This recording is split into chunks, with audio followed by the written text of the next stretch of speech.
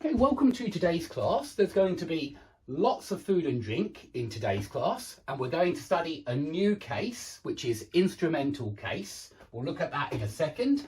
Firstly, let's deal with two very difficult verbs: to eat, jest, and piet, to drink.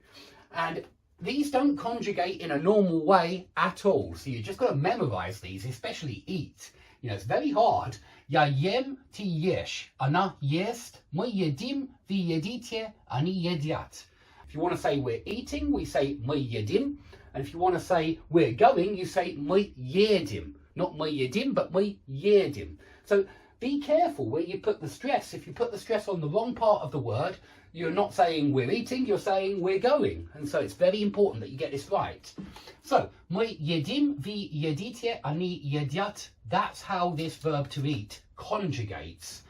Piet is a little bit easier, and it should remind you of живешь, живет, живем, живете, which is the verb to live, жить. Yeah, all of those middle forms from T to V, they look exactly like живешь, живет, живем, живете.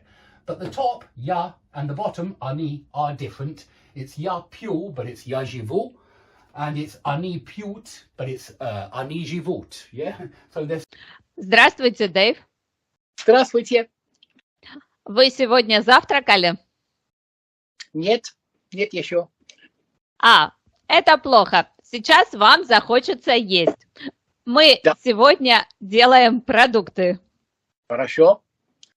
Посмотрите на картинку и выберите себе завтрак. Хорошо, хорошо. Так, один, еда сначала, еда. Один, это не очень ясно, но мне кажется, это макарони, это паста, макарони. Да, один это макароны, правильно. Хорошо. Два, это хлопья. Это хлопья мы обычно едим, хлопья с молоком. Да, это хлопья, их едят с молоком, правильно. Хорошо. Три, это курица. Я люблю курицу с картофелем. С картофелем, да? С картофелем. Да, мы едим курицу с картофелем. С картофелем, спасибо, с картофелем. Четыре, это хлеб, это может быть черный хлеб, может быть белый, я не знаю. Я думаю, что это белый хлеб. Да, 4 это хлеб, это белый хлеб. Хорошо. 5 это соль, да? Это соль?